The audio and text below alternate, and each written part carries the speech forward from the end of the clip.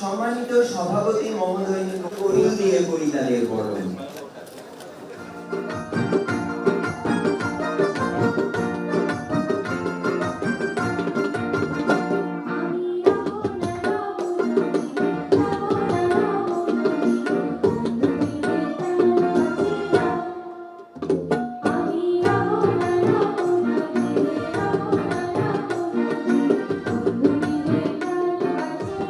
আমাদের প্রতিষ্ঠাতা মহোদয় 13-14 জন কর্মকর্তা কর্মচারী নিয়ে এই প্রতিষ্ঠানের হাল ধরেছিলেন, যে প্রতিষ্ঠানে আজকে প্রায় 20,000 কোটি টাকার সম্পদে পরিণত হয়েছে।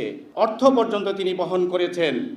শুধু কি তাই, এসএসসি পরীক্ষার পরে বুয়েট মেডিকেলে এবং বিশ্ববিদ্যালয়ের ভর্তি কোচিং ফি এবং মেসে থাকা এবং বুয়েট মেডিকেলে ভর্তির অর্থ পর্যন্ত তিনি যোগান দিয়েছেন। আজ তারই ফসল আমাদের শিক্ষার্থীরা বুয়েট মেডিকেল, ঢাকা বিশ্ববিদ্যালয় সহ বিভিন্ন বিশ্ববিদ্যালয়ে অধ্যয়ন করতে পারছে। তোমরা দেশের প্রত্যন্ত অঞ্চল থেকে এই শিক্ষা প্রতিষ্ঠানে জ্ঞান অন্বেষণে উপস্থিত হয়েছ। শিক্ষা লাভের শ্রেষ্ঠত্বে সমুজ্জ্বল আমাদের এই শিক্ষা প্রতিষ্ঠান।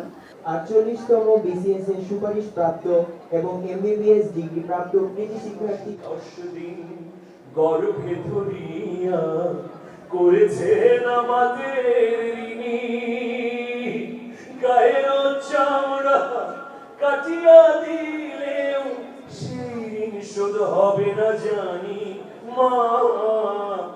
তোমরা নবচেতনা, নতুন বাংলাদেশের শিক্ষার্থী। তোমরা শুধু কলেজ না, তোমরা এই দেশের কর্ণধার। তোমাদের হাত ধরে দেশ এগিয়ে যাবে। আমরা কখনো আমাদের দেশকে মলিন হতে দেব না। এরা অনেক বড় শিক্ষিত, অনেক বড় টাকায়, অনেক বড় সোল।